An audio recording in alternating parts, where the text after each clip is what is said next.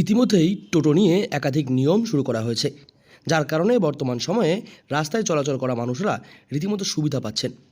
টোটো চলাচল করতে গিয়ে যে অসুবিধার সম্মুখীন হতে হতো তা কিন্তু বর্তমান সময়ে কমেছে অনেকটাই। তবে বর্তমান সময়ে আবার আরেক নতুন নিয়ম চালু করা হলো অটো গাড়িকে কেন্দ্র করে। বর্তমান সময়ে অটো গাড়িকে কেন্দ্র করে যে নিয়ম চালু করা হয়েছে তার ফলে কিন্তু বেশ অনেকটাই সুবিধা পাচ্ছেন সাধারণ মানুষ। বিষয়টা হচ্ছে যে আপনাদের টোটোতে ইতিমধ্যে দেখা যাচ্ছে যে ডান দিকে আর প্যাসেঞ্জার বসতে দেওয়া হচ্ছে না। এই নিয়মটা কতটা ভালো আপনাদের জন্য? হ্যাঁ, এই নিয়মটা তো ঠিক আছে, কেননা ডান দিকে রং সাইড অ্যাক্সিডেন্টের ভয় হয়।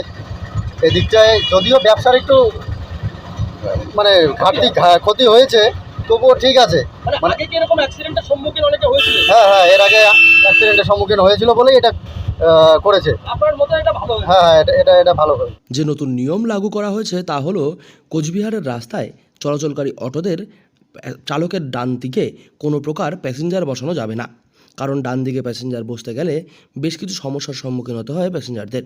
যে কোনো সময় গাড়ি থেকে পা বেরিয়ে যেতে পারে কিংবা আচমকা নেমে পড়লে পেছন থেকে আসা গাড়ির ফলে দুর্ঘটনার সম্মুখীন হতে পারে প্যাসেঞ্জারকে। তাই যে কোনো মুহূর্তে এই দুর্ঘটনা এড়াতে ডান দিক থেকে প্যাসেঞ্জারকে বসা সম্পূর্ণ রকম নিষিদ্ধ করা হলো অটোর ক্ষেত্রে।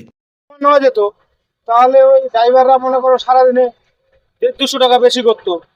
এবারে এখন করে মিস হচ্ছে, তার মানে আমাদের 200 টাকা দিনে লোড হচ্ছে। এই হচ্ছে বিষয়। আরেকটা দিকে দেখা যাচ্ছে যে এইখানে ডান দিকে যদি লোক বসে আচমকা পা নেমে যায় বা বাইরে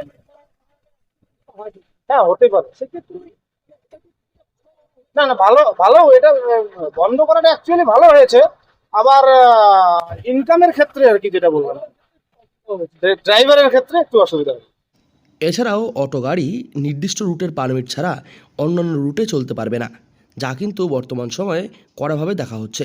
তাই তো বেশ কিছুটা সমস্যা হচ্ছে অটো চালকদের। ভাড়ার পরিমাণ কমেছে অটো চালকদের, তাই তারা জানাচ্ছেন। তবে প্যাসেঞ্জাররা জানাচ্ছেন এই সমস্যা থেকে সমাধান পেতে এর চাইতে ভালো উপায় আর হতে পারে না।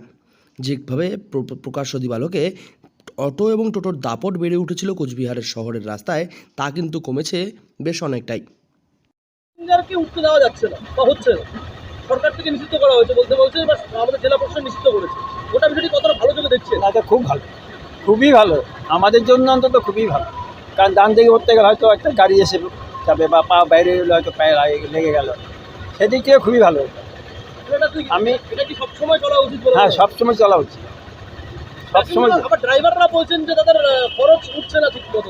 না না না না, কেন হবে? একই তো হচ্ছে, একটু ঘুরে হচ্ছে, তাতে কি যায়? অটোকে কেন্দ্র করে নেওয়া এই নতুন সিদ্ধান্ত বেশ অনেকটাই কার্যকরী ভূমিকা পালন করবে। কোচবিহার থেকে সার্থক পণ্ডিতের রিপোর্ট, লোকাল 18 বাংলা।